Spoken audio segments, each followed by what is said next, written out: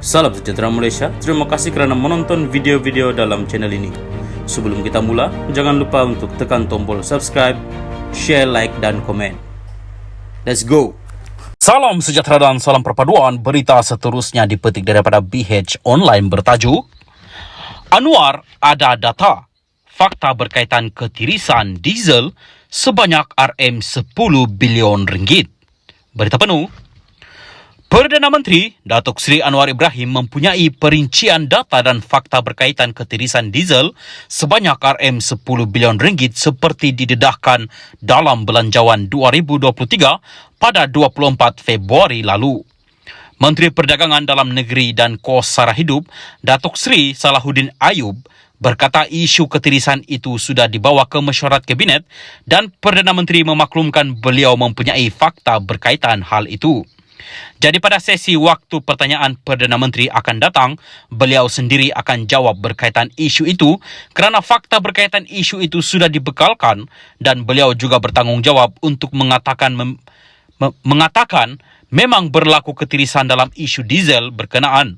Katanya ketika sesi penggulungan Rang Undang-Undang Perbekalan Tambahan 2022-2023 di Dewan Rakyat hari ini.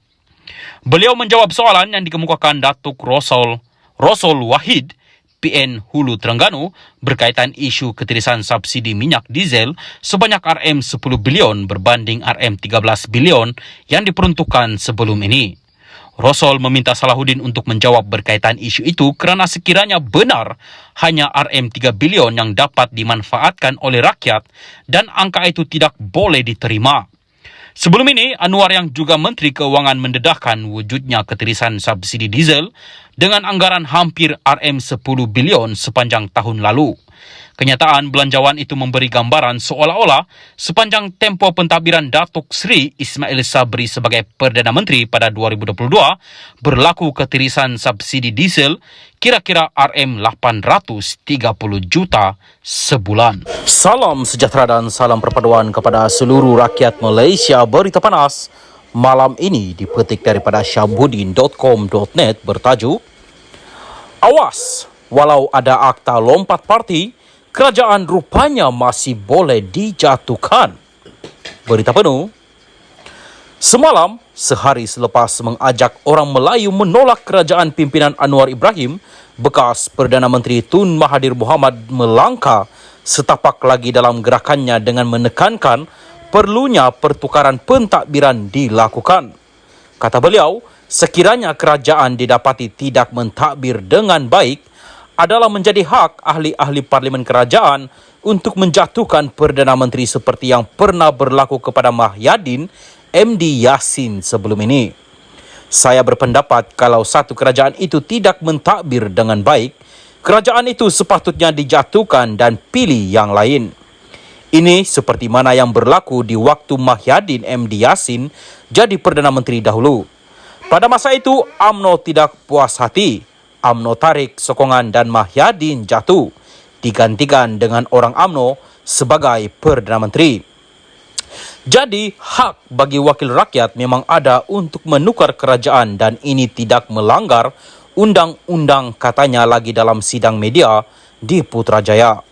Sebelum ini, Presiden PAS Hadi Awang sudah 2 kali mengeluarkan kenyataan tentang usaha untuk menjatuhkan kerajaan pimpinan Anwar. Mirip seperti kenyataan Tun Mahathir, Hadi juga berkata menukar atau menjatuhkan kerajaan adalah perkara biasa dalam amalan politik demokrasi. Malah, ahli parlimen Marang itu meramalkan pertukaran kerajaan insya Allah katanya akan berlaku dalam waktu yang terdekat ini. Isunya, bolehkah kerajaan ditukar sesuka hati dalam keadaan sudah ada akta lompat parti?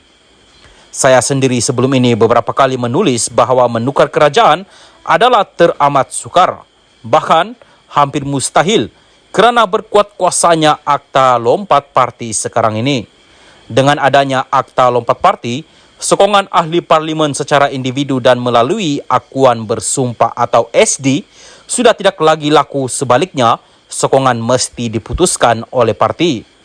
Jika parti memutuskan menyokong sebagai Perdana Menteri, semua ahli parlimen parti tersebut terikat untuk turut memberi sokongan dan inilah yang berlaku selepas PRU15 lalu bila mana UMNO memutuskan memberi sokongan kepada Anwar Ibrahim. Walaupun sebelum itu ada 10 ahli parlimen BN sudah menandatangani SD menyokong Mahyadin. Jika tiada akta lompat parti, hari ini Mahyadin sudah pun mampu menyemai rekod Tun Mahathir dengan berjaya 2 kali menjadi Perdana Menteri. Anwar sendiri tentunya disebabkan adanya akta lompat parti dengan senyum meremehkan kenyataan hadi itu dengan berkata, biarkan mereka merancang dan mengigau. Apalagi disebabkan Presiden UMNO, Zahid Hamidi mengaku hubungannya dengan Anwar adalah seumpama murid dengan cikgu, ditambah pula diberi jawatan timbalan Perdana Menteri, sokongan UMNO dan BN secara umumnya boleh dikata tidak akan goyah lagi. Namun demikian, oleh kerana percakapan untuk menjatuhkan kerajaan ini tidak pernah padam, ia seperti api yang sentiasa hidup membakar sekma, saya cuba membuat sedikit penyelidikan untuk mendapat kepastian. Setelah berjumpa beberapa orang yang berkenaan, termasuk 2-3 peguam, rupa-rupanya menjatuhkan kerajaan masih boleh berlaku dalam keadaan sekarang ini. Ia boleh berlaku tanpa perlu berdepan pilihan raya kecil bila mana sejumlah ahli parlimen bertindak menukar sokongan mereka. Ia juga boleh berlaku dalam Zahid Hamidi kekal memberi sokongan kepada Anwar. Wah, bahaya ini. Saya tidak pasti sama ada perkara yang sama juga ada dalam perkiraan Hadi Awang dan Tun Mahathir bila mana kedua-duanya ternampak confident bila bercakap mengenai usaha menjatuhkan kerajaan yang ada sekarang. Bahkan daripada maklumat yang diterima, Tun Mahathir dikatakan akan terus menggasak, mendesak dan bercakap mengenai perlunya kerajaan sedia ada ini dijatuhkan secara berterusan selepas ini. Begitupun, saya tidak pasti sejauh mana PH, khususnya Anwar, sedar mengenai kemungkinan kejatuhan kerajaan ini boleh berlaku. Cuma, satu pesanan kepada kerajaan dan mereka yang ada kuasa. Jangan lalai, jangan sombong, jangan lupa penyokong dan jangan lupa asal-usul, kerana jika jatuh kali ini, kemungkinan untuk mampu bangkit semula adalah terlalu sukar sekali. Bagaimanakah cara kerajaan boleh dijatuhkan itu? Ini adalah rahsia besar yang mungkin ramai tak terfikir setakat ini. Jangan ada sesiapa cuba bertanya atau menghubungi saya untuk bertanya mengenainya. Hari-hari mendatang, terutama jika PH yang kini bersama BN kalah teruk dalam PRN nanti, termasuk gagal mempertahankan Selangor dan Negeri Sembilan, adalah episod yang pasti menarik untuk kita sama-sama disaksikan. Syabuddin Hussein, 29 hari bulan 3 2023. Apapun yang dikatakan dalam berita ini tidak mencerminkan pendirian admin channel ini. Salam Malaysia Madani.